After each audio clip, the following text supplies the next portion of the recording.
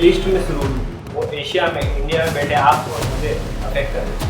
मेरा खुद का भी पेट्रोल पंप है, तो मैं इस टॉपिक में आपको दूसरों से ज़्यादा सही ग्राउंड रियलिटी बता सकता हूँ कि एक्जैक्टली क्या हुआ था। क्योंकि इंडिया के पास इतना स्टॉक है, रिजर्व है कि वो इंडिया की डिमांड फुलफिल कर सकते। आज 34वां दिन है यूएसए ईरान वॉर का, and war is still going on. 1 अप्रैल 2026 को ट्रंप ने ये स्टेटमेंट दिया था कि यूएसए के जो भी मिलिट्री ऑब्जेक्टिव्स थे ईरान में वो नियरली कंप्लीट हो चुके हैं, और उन्होंने अभी तक 12,300 से भी ज़्यादा ईरान में अटैक किए हैं, जिससे ईरान की नेवी, एयरफोर्स और जो भी उनकी मिसाइल प्रोग्राम थे वो कम्प्लीटली डैमेज हो चुके हैं। और ईरान के पास अब कुछ भी नहीं है वॉर लड़ने को। बट ईरान के एक्शन तो कुछ और ही कह रहे हैं। ट्रंप के स्टेटमेंट आने के अगले ही दिन 2 अप्रैल को ईरान ने इजराइल के तेल अवीव के एयर डिफेंस पर अटैक किया और वहाँ पे 14 से भी ज़्यादा लोग घायल हुए। तो इससे ये बात तो साबित होती है कि ईरान अभी भी लड़ने का दमखम रखता है। तो ऐसा तो नहीं, ट्रंप की मिसाइलें खत्म हो गई और उसने अब लंबी लंबी फेंकना शुरू कर दिया। उसके बाद ईरान ने बहरीन में, हमारा रीजन में, अमेजोन के डाटा सेंटर पर अटैक किया, और ईरान ने यूएसए को वार्निंग भी दी कि अगर यूएसए ने ईरान के लीडर्स पे टारगेटेड असैसिनेशन करना बंद नहीं किया तो ईरान मिडिल ईस्ट में मौजूद यूएसए के बिग टेक जायंट्स जैसे एप्पल, गूगल, मेटा पे अटैक करेगा। तो इस वीडियो में हम जानेंगे कैसे एक वॉर जो मिडिल ईस्ट में शुरू हुई थी वो एशिया में, इंडिया में बैठे आपको और मुझे अफेक्ट कर रही है। बट उससे पहले मैं आपको इस वॉर का एक बैकग्राउंड दे देता हूँ फॉर बेटर अंडरस्टैंडिंग। जब से एप्स्टीन फाइल का मैटर खुला है ना, तब से ट्रंप की नींद तो हराम हो गई और दूसरों को भी नहीं सोने दे रहा है। सबसे पहले तो वेनेजुएला के प्राइम मिनिस्टर को उठा के ले आया।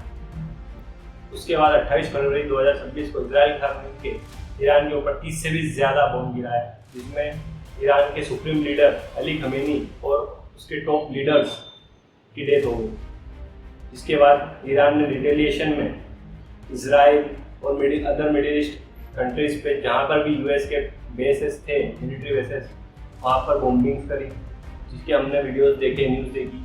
जैसे बुर्ज खलीफा के पास भी एक मिसाइल को इंटरसेप्ट किया गया था, और भी मिडिल ईस्ट कंट्रीज पे बॉम्बिंग्स हुई। तो जैसे कि आप देख सकते हो जो भी ईरान ने बॉम्बिंग्स करी है दूसरे मिडिल ईस्ट कंट्रीज पे, तो इसमें इंडिया क्यों सफ़र कर रहा है, लेट्स सी। तो सबसे पहले हम क्रूड ऑयल के बारे में बात करें। क्या पेट्रोल डीजल के प्राइसेस बढ़ने वाले हैं? क्या उनका सप्लाई रुकने वाला है? क्यों कुछ दिन पहले पेट्रोल पंप पे इतनी भीड़ उमड़ आई थी कि आधे से ज़्यादा पेट्रोल पंप खाली हो गए। मेरा खुद का भी पेट्रोल पंप है, तो मैं इस टॉपिक में आपको दूसरों से ज़्यादा सही ग्राउंड रियलिटी बता सकता हूँ कि एग्जैक्टली क्या हुआ था, क्यों इतनी भीड़ आ गई थी पेट्रोल पंप्स पे।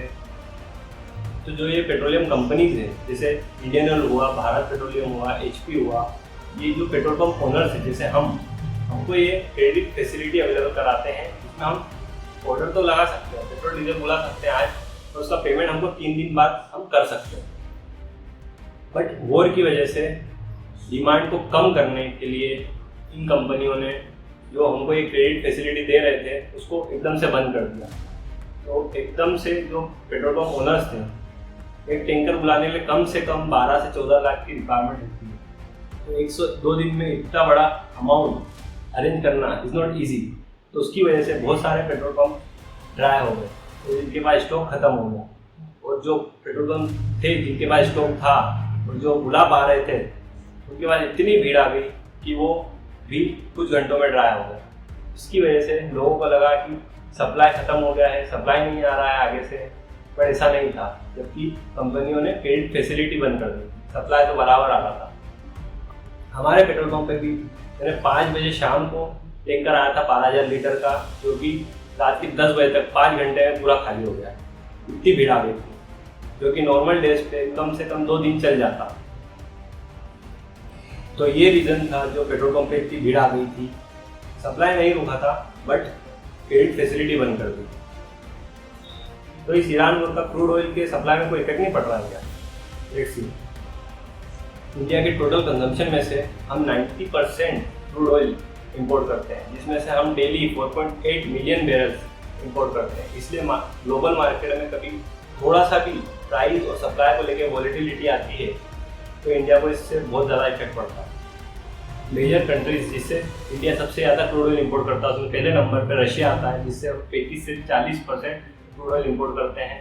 तो उसके बाद नियरली 50% हम मिडिल ईस्ट से इंपोर्ट करते हैं, और यूएसए से हम 5 से 8% क्रूड ऑयल इंपोर्ट करते हैं। ये यूएसए का मैप है, इससे यार चांद की फोटो लगा देता। साले कहाँ पढ़ा है तू, अनपढ़ गवार जाहिल। सॉरी यार, ये मेरा एडिटर है ना, ये मॉस्को से एडिटिंग सीख के आया है, और आपको तो पता ही है मॉस्को जाके सबकी बुद्धि भ्रष्ट हो जाती है। समझ रहे हो, समझ रहे हो, आप समझ रहे हो ना।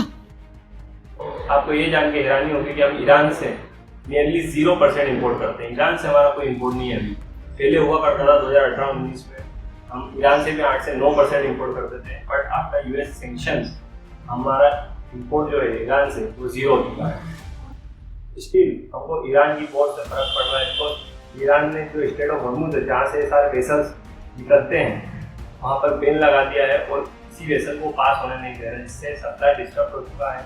वेसल्स वहीं पर स्टक हो गए हैं और हम तक सप्लाई नहीं आ पा रहा है जैसा पहले हुआ करता था। तो अगर कल को सप्लाई रुक जाता है और हम इंपोर्ट नहीं कर पाते तो क्या इंडिया के पास इतना स्टॉक है, रिजर्व्स हैं कि वो इंडिया की डिमांड फुलफिल कर सके? Let's see. इंडिया के पास स्ट्रेटेजिक पेट्रोलियम रिजर्व्स हैं जो कि इमरजेंसी सिचुएशंस के लिए होता है, जिसकी टोटल कैपेसिटी 5.3 मिलियन टन है, जिससे इंडिया सिर्फ 9 से 10 दिन तक की डिमांड फुलफिल कर सकता है। जो in comparison to China and USA, जहाँ चाइना के 60 दिन का रिजर्व है और यूएसए के पास 90 दिन का रिजर्व, हम बहुत पीछे हैं।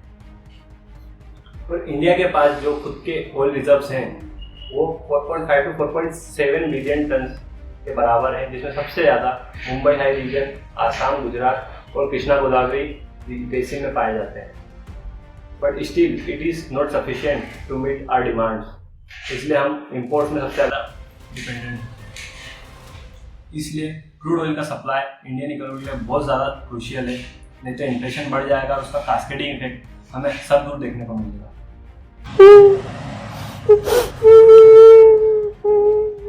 तू क्यों रो रहा है? ईरान ने ऑयल नहीं भेजा तो पेट्रोल पंप बंद हो जाएगा।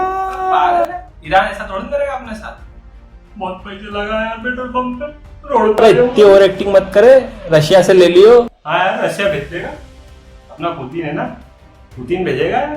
सॉरी यार, दूसरी रात का हाथ रख दिया था इसने मेरे, बहुत पैसा लगा यार पेट्रोल पंप पे। क्या एक्टिंग कर रहा है, वाह क्या एक्टिंग कर।